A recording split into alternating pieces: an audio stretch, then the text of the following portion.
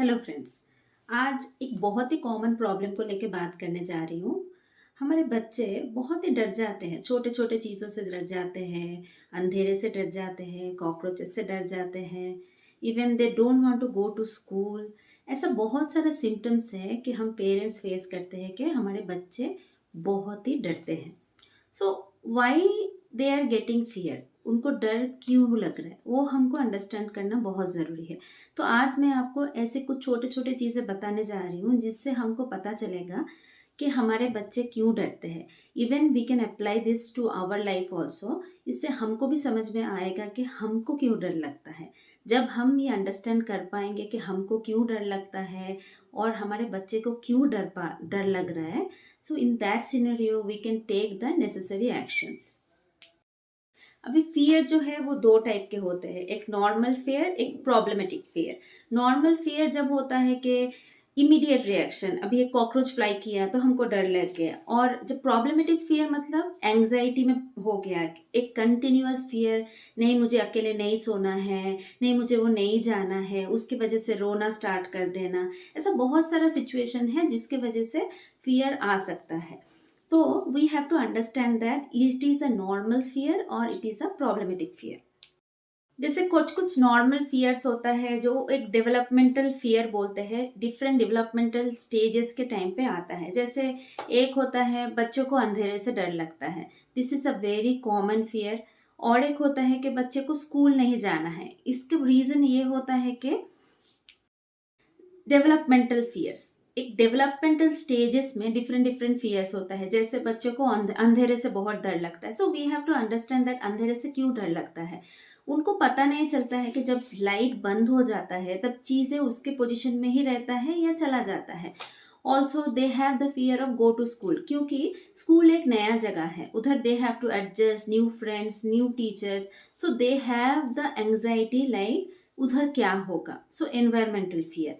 और एक फेयर होता है सेपरेशन एंजाइटी, जो छोटे बच्चों में बहुत दिखाई देता है कि मम्मी डैडी को छोड़ के किधर भी जाना है, तुम ये अंकल के साथ या आंटी के साथ थोड़ा घूम के आओ बोला तो हमारे बच्चे रेडी नहीं होते हैं, क्योंकि दे हैव द फेयर कि हम जब वापस आएंगे तब हमारे पेरेंट्स रहेंगे या नहीं रहेंगे। So they have, this is applicable in the time of school also, when the kid started going to school.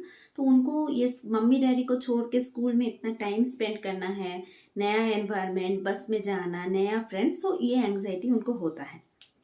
और कुछ कुछ स्पेसिफिक एंग्जाइटी जो सबको होता है, even if you find that हमको भी वो प्रॉब्लम है। जैसे अंधेरे से डर लगना, डॉग का डर है, डॉग अगर बाइट कर लेगा या नहीं कर लेगा। कुछ कुछ फ्लाइंग चीज़ों से भी डर है, even still I have that fear of cockroach. So और कुछ कुछ है, तो हमको अंडरस्टैंड होना है कि ये जो फियर हो रहा है that will be harmful to us, और वो हार्मफुल नहीं है। इवन हमारे बच्चों को भी हमको धीरे धीरे टीच करना है। और एक चीज़ होता है rational and irrational fear.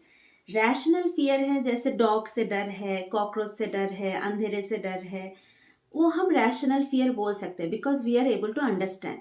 But irrational figure fear क्या है?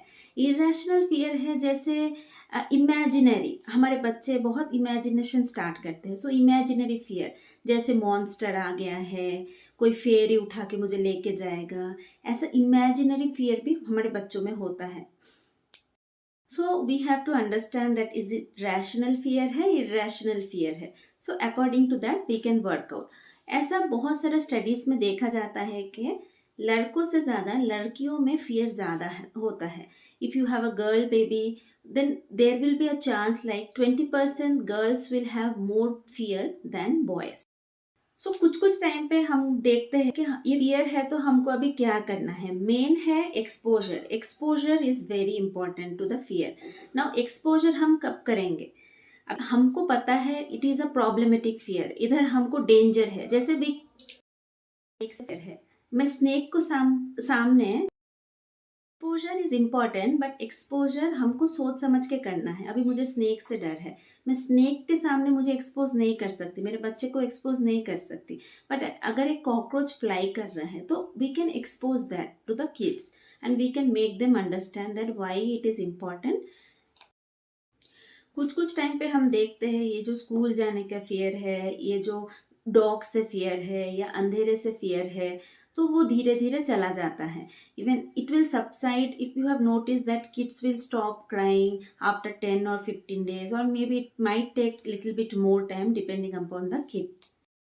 जैसे फियर ऑफ डार्कनेस है, तो हम क्या कर सकते हैं, बच्चे को हमारा आईज जो है कि डार्क हुआ तो और भी वाइड हो जाता है, बहुत लाइट आया तो छोटा हो जाता है, ये सब चीज़ें हमको सिखाना है. डार्क से हमको उनको एडजस्ट करना है कि थोड़ी देर लाइट बंद करके we have to make them feel like कुछ थोड़ी देर बाद हमारा आईज भी एडजस्ट हो जाता है. And things will be in the same place when the light goes off, that we have to make them understand. उनके साथ गेम्स खेल सकते हैं उनका फ़ियर को हटाने के लिए.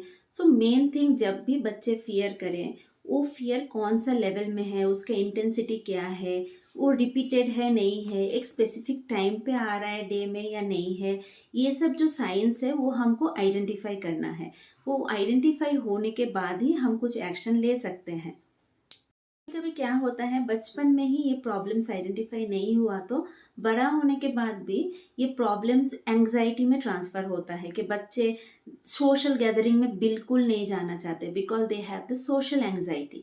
वो लोग अंधेरे में थोड़ा लाइट गया ही वो लोग बिल्कुल भी काम नहीं कर पाते हैं. सो वो सब चीज़ों हमको बचपन से ही आइडेंटिफाई करके हमको एक्शन लेना है. धीरे धीरे हमको उनको सपोर्ट करके, उनको समझा के, थोड़ा थोड़ा करके एक्सपोज करके we have to make them strong. As a parents, it is our responsibility to understand the fear of our kid. We have to support them and do not, ऐसा बिल्कुल भी नहीं बोलना. Parent our so as a parent हमारा काम है कि बच्चों का फियर को आइडेंटिफाई करना, उनको अंडरस्टैंड करना, उनको सपोर्ट करना, ना कि ऐसा बोलना कि क्या है, कॉकरोच तो है, डरने का क्या है, तुम तो इतने बड़े हो गए हो अभी भी अंधेरे से डर लगता है. तो ये सब बातें हमको बिल्कुल नहीं बोलना है कि आपको भी लगता है कि आप इतना एज में जाने के बाद भी ऐसे बहुत सारी चीज़ें हैं कि आपको भी डर लगता है. सो हमारे पेरेंट्स को पता नहीं था तो they have not taken any action, but now we know the thing. So it is our responsibility to handle it with care. Thank you so much.